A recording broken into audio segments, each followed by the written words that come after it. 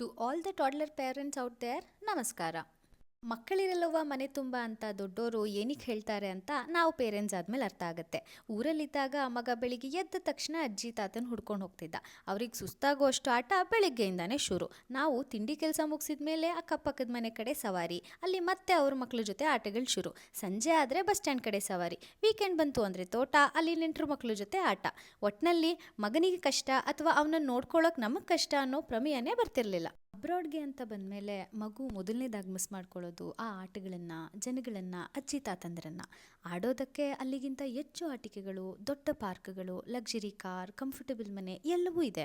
ಆದರೆ ತನ್ನ ಸ್ನೇಹಿತ ತೋಷಿ ಜೊತೆ ಕಿತ್ತಾಡ್ತಿದ್ದದನ್ನು ನಿದ್ದೆಯಲ್ಲಿ ಕನವರಿಸ್ತಿದ್ದ ನನ್ನ ಮಗ ಇವಾಗ ಟಿ ವಿ ಆಫ್ ಮಾಡಬೇಡಿ ಪಪ್ಪ ಅಂತ ನಿದ್ದೆಗಣ್ಣಲ್ಲಿ ಅಳೋದನ್ನು ನೋಡಿದ್ರೆ what are we even chasing ಅನಿಸುತ್ತೆ. ಫೈನಾನ್ಷಿಯಲ್ ಕಮಿಟ್ಮೆಂಟ್ಸ್ಗೋ, ಲೈಫ್ ಸ್ಟೈಲ್ಗೋ, ಮಗುವಿಗೆ ಒಳ್ಳೆ ಭವಿಷ್ಯ ರೂಪಿಸೋ ಆಸೆಗೋ ಅಥವಾ ನಮ್ಮದೇ ಸ್ವಾರ್ಥಕ್ಕೋ ದೂರದ ಬೆಟ್ಟ ಹುಡ್ಕೊಂಡು ಬರ್ತೀವಿ.